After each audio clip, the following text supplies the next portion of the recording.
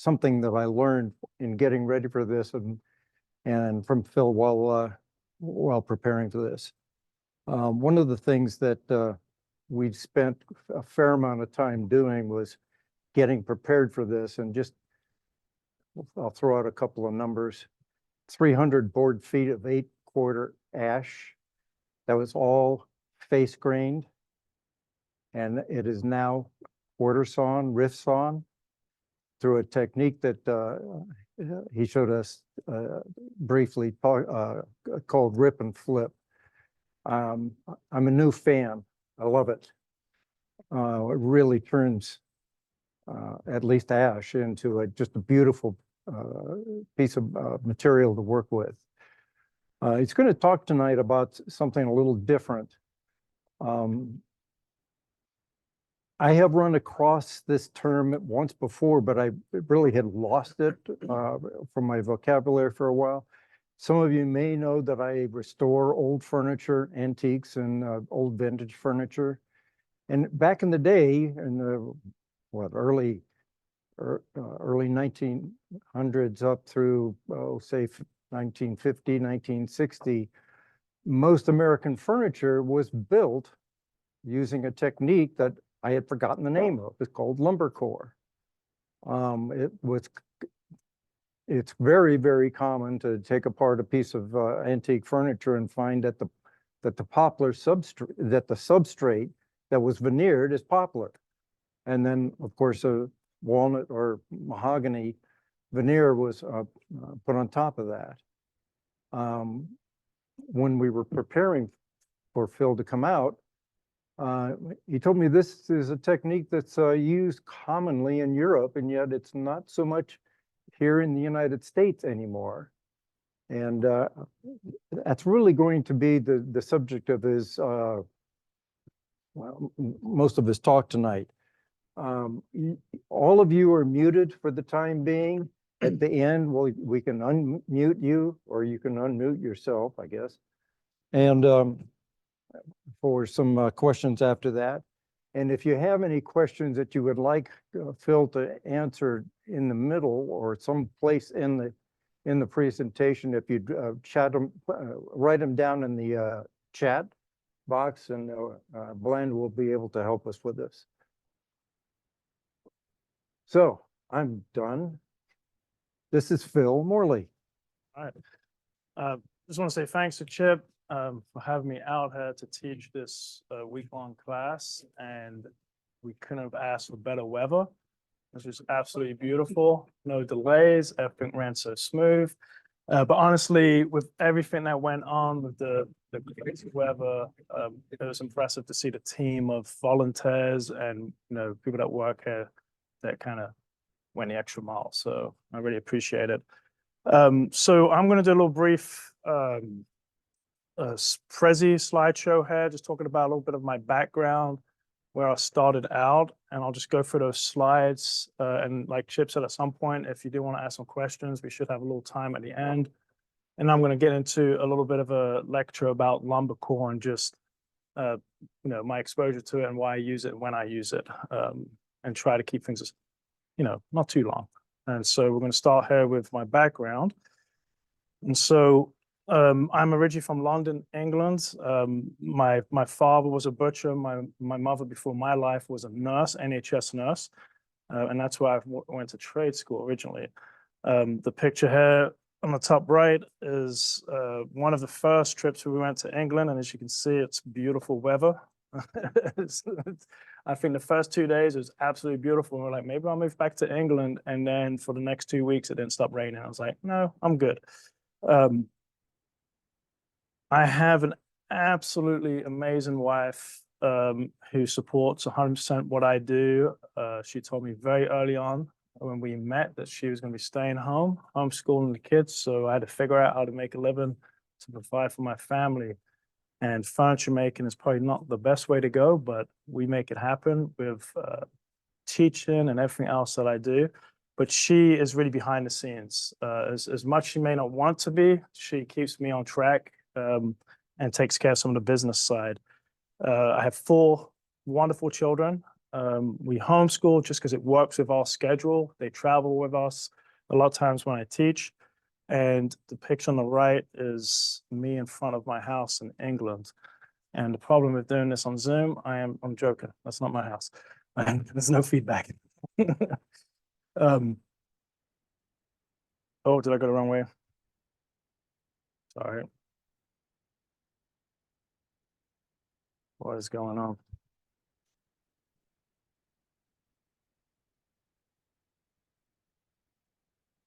Oh, sorry. All right. It zooms in, zooms out, and goes back in. All right. So my background, London, England, City and Guilds. And so at the age of 15, you're somewhat tracked. So I was a troubled teenager, heavily dyslexic, and behavior problems that came along with that. And I'm really thankful that I found this trade because it totally changed the direction of my life. And I'm grateful that I was in a country that noticed that regular learning was not for me. Regular, university wasn't really my path. And they gave me an opportunity to take trade school. So at 15, you get ready to go to what they call sixth form college. And so where you go on more of a path for academics. And then you have an opportunity also to go to trade school. And so here's a picture of me when I was about 15, very grumpy teenager. And my first exposure to woodworking was in woodshop class at this school that I would get shipped out to from London 2 hours each way every day. And then I did 1 to 2 days a week of trade school and tried several different trades out and found that I just really enjoyed woodworking. And so I went for the City and Guilds program, and that was basically carpentry and joinery. So it really wasn't furniture until a little bit later on in the program, you got more exposed to that. But very quickly I learned I wanted to do fine craft. So in this school, you did everything from cut roofs to staircasing to, stormproof windows, sash windows. You were a bench joiner. So you were at a bench with some pretty industrial machinery, and you were making, restorational type stuff, doors and windows. And through that, I ended up doing my journeymanship. And it's jumped a little ahead, but basically from that point, you went onto site and then you actually worked on site doing this work. And then I quickly learned I wanted to work in a place where I can control my elements. And so a studio made sense to me. And so I discovered Studio Furniture Maker when I actually came over to America. So at the age of 18 is when I first was introduced to what I call Studio Furniture Maker, basically pretty much a one-person shop that's building the highest level work that they can. And it was through working with graduates from Rhode Island, so RISD, so Rhode Island School of Design. From that, I had many other paths of getting into woodworking, working in cabinet shops. Did a 4-year apprentice in Tampa, and then I ended up doing a 8-year apprentice with my mentor, Michael Kolker. That other slide was Jerry Osgood's work, and so he's one of the leaders in what I would say studio furniture making movement, and his work inspired me a lot. Michael, I worked for 8 years. He's the one that got me into teaching. And his work was more arts and crafts, but his level of perfection is what really inspired me. So my design eye is a little bit different than him, but the reason I'm as good as I am is because he set me on that path. And so here's some of his work. That's Michael there as a much younger man, but he's been in the craft for probably over 50 years doing fine furniture. And so we would spend, 6 to 8 to a year on any given piece and build it as good as we possibly could. Inside, outside, on the side, everything. It's a really good way to make a living. I hope I haven't said that before. Inspiration. There's many different people that inspire me in my work. And over the last few years, I've been fortunate enough to show in galleries with them, teach alongside them, and it just makes me want to be better and better in my craft. But Tim Coleman is someone who is a friend, and we're both members of the New Hampshire Furniture Masters, and his work to me is some of the best work that's been currently made. Just absolutely wonderful person also. Mentioned before Jerry Osgood, who just passed recently, but some of the work he was putting out just blew my mind. And James Crunoff obviously was a big inspiration to me too. Some of the things that all of these people shared was the quietness of their work, and the uniqueness of form and proportions, and how they used grain and wood to just really make these pieces stand out. And so here's the last one of Tim. So through the years of, doing a 7-year apprenticeship, then start my own business, and I've probably been working as myself for 7+ years, and then teaching throughout America, all over America. I've been fortunate enough to build up a really fantastic clientele that believes in what I do, and they're invested in me to be able to build, one-of-a-kind pieces, and they allow me the freedom of design to build them something unique. As far as design goes, I never really call myself a designer, although I absolutely love designing. But for me, and this is probably very similar to a lot of other furniture makers, it's more less is more. I like a piece of furniture to sit quietly over in the corner of a room. Something about it pulls you over, and usually it's the proportions. And as you get closer to it, you start discovering more about it. And those little subtleties that just really elevate the design. This is just my preference, but I don't like furniture that's screaming at you for attention. I want furniture that's meant to be discovered. It's very tactile. You're going to way things open and close. And as you live with that piece, you start kind of figuring out more little details that are done, and I'm not just screaming at you straight away. So here's some of my work. People a lot of times ask me about my process. It's changed over the years. Back in the day, it was old vellum drawings. And then I basically now went to 3D rendering. I am a terrible drawer. So usually it starts off with a chicken scratch.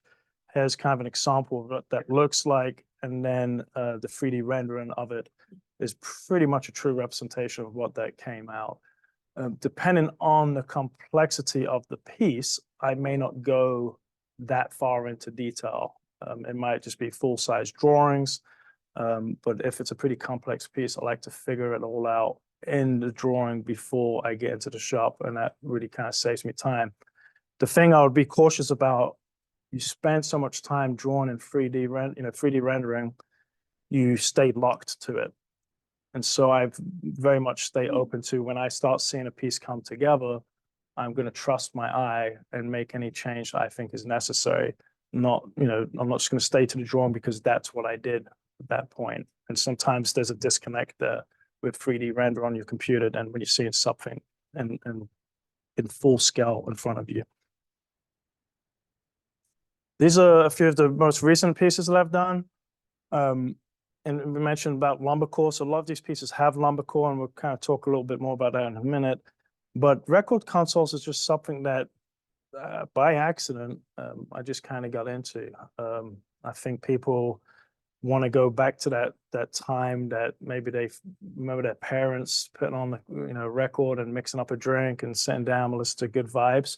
It's really kind of about the whole interaction with the piece. And so a lot of my clients, they do just absolutely love these consoles where, yes, it stands out, it's beautiful in their own in their house, but then just that routine of opening up the cabinet, putting the record on, sitting down in your lounge chair, having a drink. And so I think that there's something right now is very popular, and people tend to have pretty good budgets for those consoles. The Wilson cabinet with the timbre, all walnut, it's all timbre doors. When you open up the outer timbres, the speakers project out. The drivers, it's all Macintosh equipment. All the hardware hinges, everything's made by me in-house. So every single aspect of that piece is built by me in my shop. It's a lot of hours. That client waited over 2 years to get that piece, and I had his equipment for that long, which is, not too many people are willing to do that. CAT's console is probably one of my favorite forms. I love the kind of very elegant, how it's elevated off the ground with those light legs. And depending on the console and the budget for the client, a lot of things can change. The Wilson cabinet, the client said, just go all out, go nuts. And so there's a lot of details in here that just doesn't really show, but every single one of the pieces I stand by is, it's a fantastic piece. I'm going to build it to the best level as I can. And I just really enjoy that form to work with. There's a few other small pieces. This is a small display case made out of walnut. It's got pear parquetry, and then 4 tiny drawers that come out. And this piece is very small. Probably one of the most complexest pieces I've built, even though it looks very simple. That's something I like about furniture too. I love dealing with complex designs that don't look complex, and that's what excites me more than a piece that looks very complex. Done a lot of wall hanging cabinets. It's something I really enjoy doing. Dining tables, chairs. I love designing chairs. I hate making chairs. So the thing I like to do is basically prototype, get all the jigs made, and if I could hand it off, I'll be pretty happy if I could trust someone. Jack, you could build prototypes out of software to visualize the design. Yeah, so it of course depends on what piece it is. Where a full record console, you can't do that. You can't spend that kind of time. But I will draw full scale drawings of it, or I'll do sections of it as drawings. And then if it's something unique and different as far as the design goes or the legs, yes, I do some, very quick poplar, screwing things together, work with the proportions. The only time I really bring something as a full prototype are chairs, and it's pretty necessary to do so. And I'm going to be teaching a chair class in the summer at Center for Furniture Craftsmanship with Jeff Miller, and that whole thing is 2 weeks, and you come away with a working prototype of your own design. So it's very necessary, but not always practical to do. The more you build, the more you can kind of trust yourself that you kind of got the proportions down, and you do less of that. And that is me. Oh, I need to talk about my rocking chair real quick. So this is probably one of my signature pieces. I don't build too many of these. I don't push it too hard because they take probably over a month to build. But this rocking chair was designed for my wife, so 15, 16 years ago. She wanted to have a chair that was very light but strong, where she could grab it with one hand, have the child in the other, and move room to room. And this particular chair has seen a lot of abuse from all 4 of my children and has stayed together. It's all bent, tapered lamination. It's all still built with integrity, so integral tenons. But this is one of my favorite pieces that I think that I've built. So, any other questions as far as that goes? We're going to the lumber core. No. Good. I mean, not good. Okay.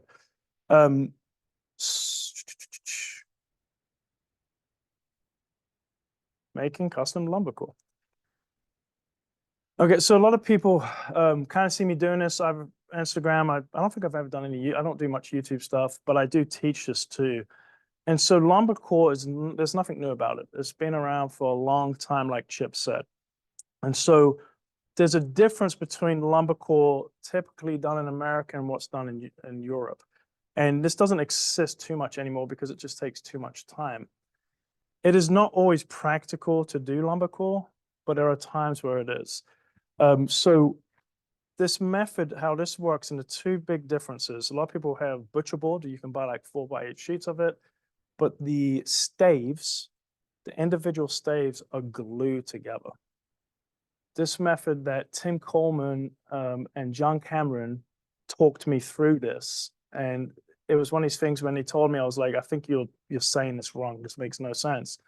Until you start doing it, you're like, this is absolutely genius. And I think there's like a tiny paragraph in one of Tage Fried's book, and he just talks about it. It's literally what I just said. European, no glue in between the staves, American glue. And that's all he says about it. So there's not a lot of information out there. But basically, I was speaking with Tim Coleman about it, and he was saying, no, I don't glue the staves back together ever. And so the method of how this works is you take your poplar or your basswood, something that's very stable, and poplar is pretty dang stable, and you're going to take a board kind of like this, a plain sawn board, and you're going to come in and you're going to rip your staves on the bandsaw. So you join an edge, and then you're going to go to the bandsaw at 7/8 inch, it depends on the scale of the piece, and you're just dropping it on the bandsaw. Every now and then, one piece will go crazy. You just throw it out of the batch. Then you're going to get those pieces, and you're just going to shuffle them around. It may not make any difference, but it just feels good to me to shuffle them around so I don't ever put them back together. But those pieces, the bandsaw curve is going right back to each other. There is no more milling on those pieces. And so you do the math ahead of time. You need to figure out what is that core thickness going to be, minus the cross banding, and then minus your face veneers. And so what you come back with that's what this poplar's got to be. The cool thing about this is it's incredibly fast to do. And so these are just a few pictures of this. So what I'm showing here, I'm showing the staves, and you can see the blue tape on the end. And so basically these staves come back together. I'm probably about 6 inches longer than I need to be. And I'm not putting clamps on, I'm just kind of sandwiching it together, and I'm pulling blue tape around the ends so that it keeps it together. And like I said, every now and then a piece will go crazy. Just get that out of the batch. And then what holds it together is the cross banding. And so the 16th cross banding on the top and the bottom is going to go, and then that's getting glued to those staves. And you're going to use polyurethane glue. You don't want to add moisture to it. And so a lot of people say, well, you do with polyurethane too, you spray it and stuff. Typically, depending on where you live, there's enough moisture in the air, you don't have to do anything. You just spread it on the actual core, not the veneer, and then it's going to dry and stay very, very flat. The problem of using water-based glue is as it dries, things start moving on you. And so here's a picture of me prepping that cross banding. And here's, I think it's a picture of me, it's actually glued on. So I've got the cross band top to bottom, and it goes in a vacuum bag, it goes on a torsion box, and so it comes out incredibly flat. In the past, I glued those staves together, and that's a ton of work, right? Because you're going to be milling all the edges, you glue them back together, and it's all a little bit oversized, then you join it, and then you plane it, and then you do the cross banding. It kept on twisting on me. No matter what I did, it just kept on doing it. And this was something I was chasing because of my record consoles. You buy Baltic birch plywood, you get the highest grade stuff you can. You can lay up multiple different layers and cross band in between to be able to get the thickness you need and try to keep it as flat as possible. I kept getting twist. And on these big record consoles, those lids and with the tolerances I'm working with, I couldn't have that. And so I went down this path of figuring out the lumber core. And like I said, Tim Coleman, John Cameron, amazing furniture makers, they do this a lot, and they kind of walked me through some of their steps. The one thing in Texas in the summertime, it can be pretty dry. So I used to live in Texas. I would mist the veneer, but I would buy a misting bottle for plants, like a plant mister. And there's a big difference from that than just a spray bottle. And so if you add too much moisture, you do the thing that most people, they hate Gorilla Glue because it foams up like crazy. I get no foaming with it pretty much at all. And it sticks down. I've tried to chisel it up and stuff. It's pretty amazing how much it actually, it bonds so well.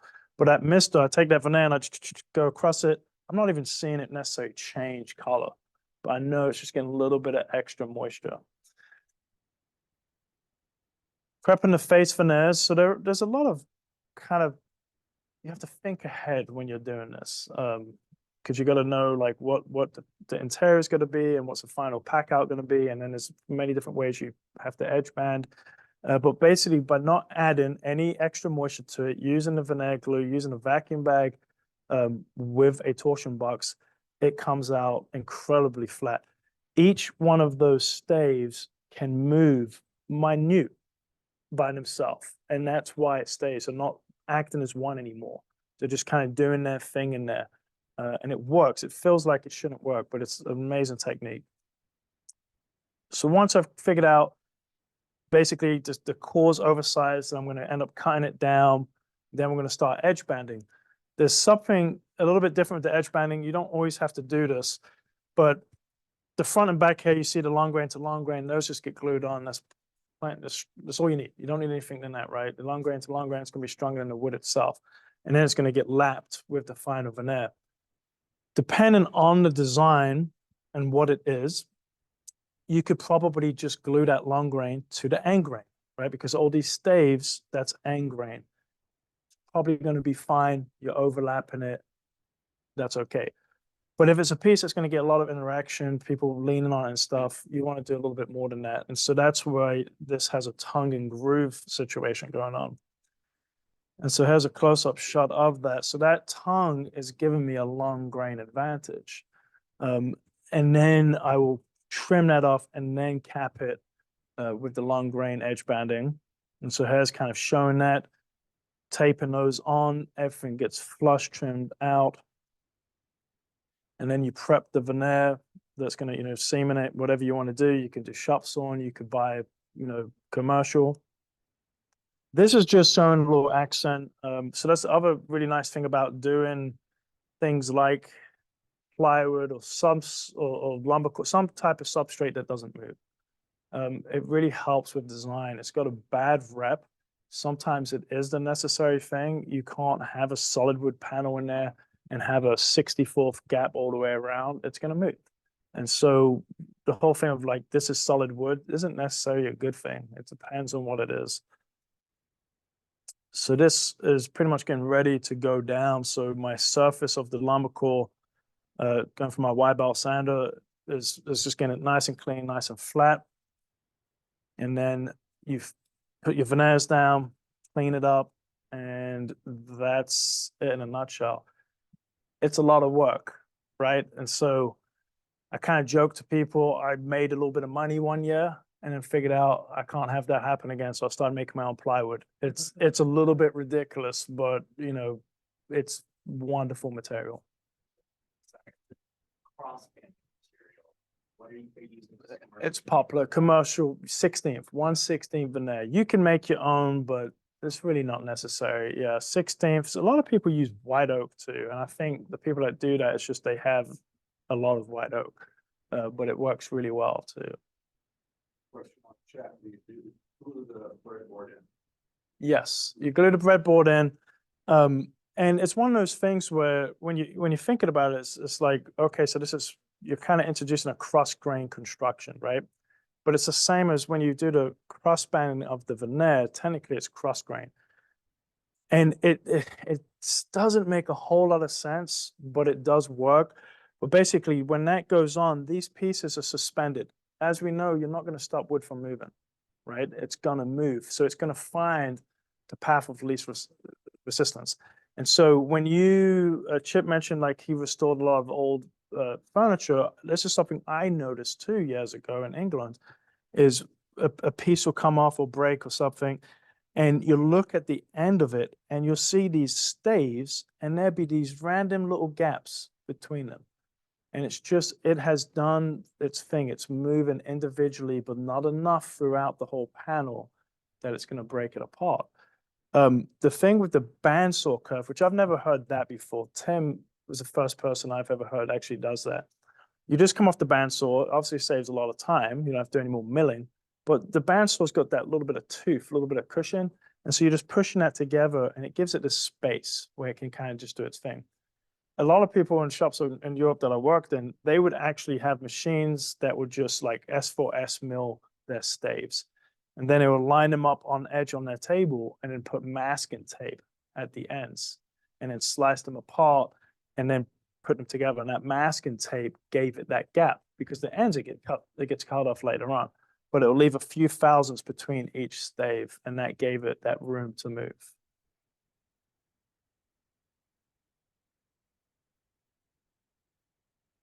Other questions?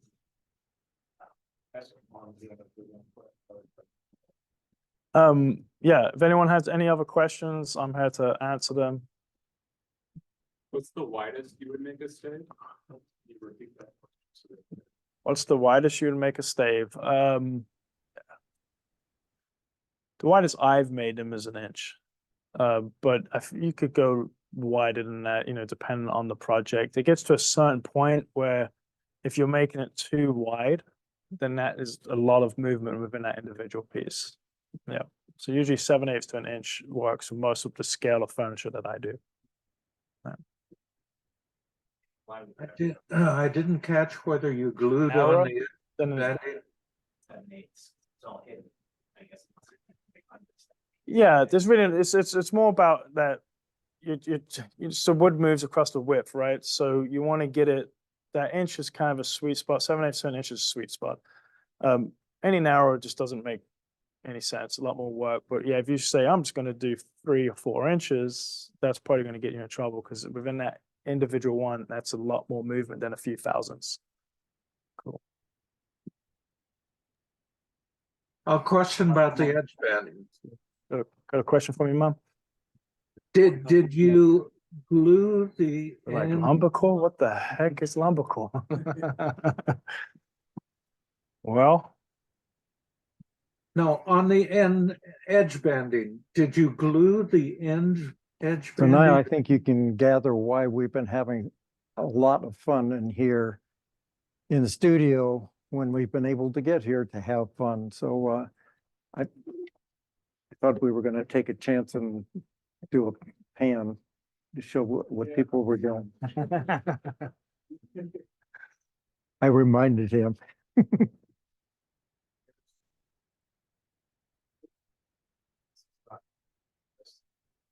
TV, there's Okay, never mind. It was a great idea. That didn't work, kind of like the weather. you see the There you go. Just, no, not shoes. Top people's heads. zoom out. The parking lot is clear. We could take a picture of that. yeah, the last day it thawed out. Phil's been in the process of moving from Texas to Maine. And I told him that this was not Portland, Maine. Yeah. I don't think he believes me. I didn't believe you. Yeah. So I'm currently, we have sold our home and we've been in New England for the past probably 6 months, but I'm a fellow right now at the Center for Furniture Craftsmanship. And so, yeah, so I'm getting to use that shop and help mentor and do a lot of teaching there. And so, and then hopefully I'll come back here when the weather's better. Got 2 more questions. Not that you can repeat these. I was of the belief that early furniture was using secondary wood between the hardwoods because hardwood veneers are expensive. But antique furniture use loose cords.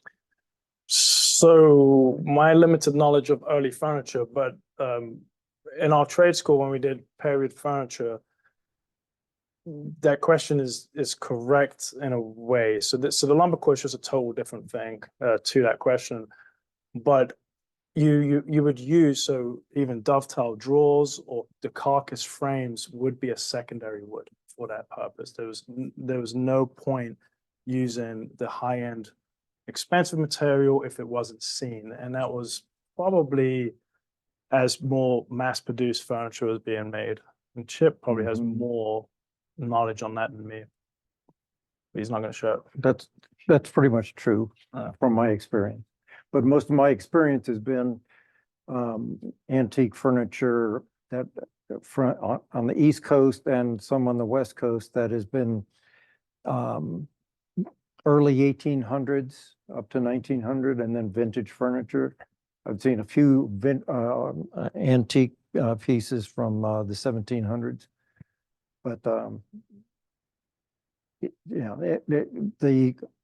the higher quality pieces of furniture sometimes would use secondary woods that were nicer, Right.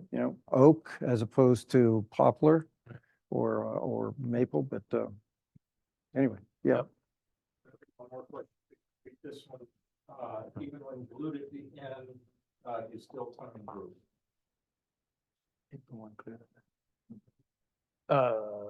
Even when glued at the end, still tongue and groove. So So yes, is the breadboard? if it's end grain you're dealing with, and it's in a situation that's going to get use, just gluing on long grain to end grain. And it's not, I'm not going to do that because it's not as strong as creating that long grain tongue and groove. And somebody is curious about what were some of the complex things in the record cabinet that looked simple? The whole thing.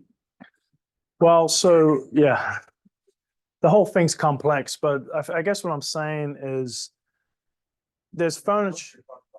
Oh, sorry, record console. So what in the record console, what was some of the things that were complex but looked simple? So the entire thing was complex from design to building.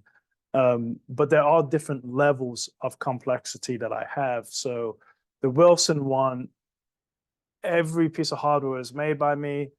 I had mechanical stuff happening. I had hidden compartments. I felt lined everything.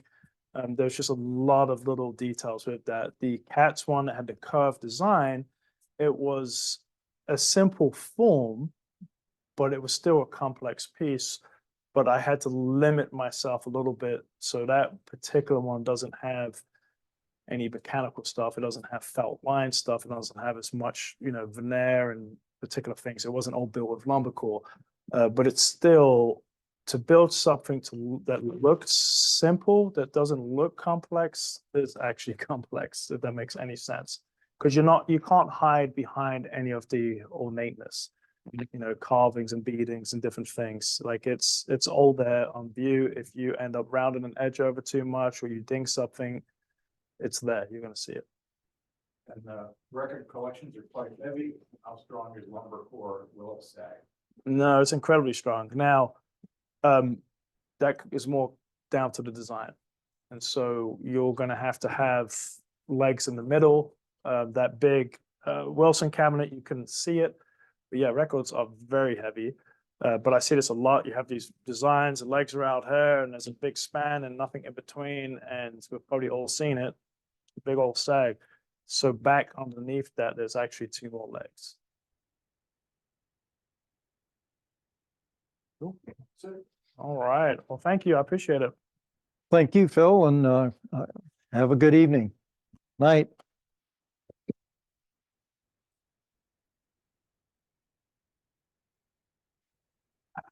All right.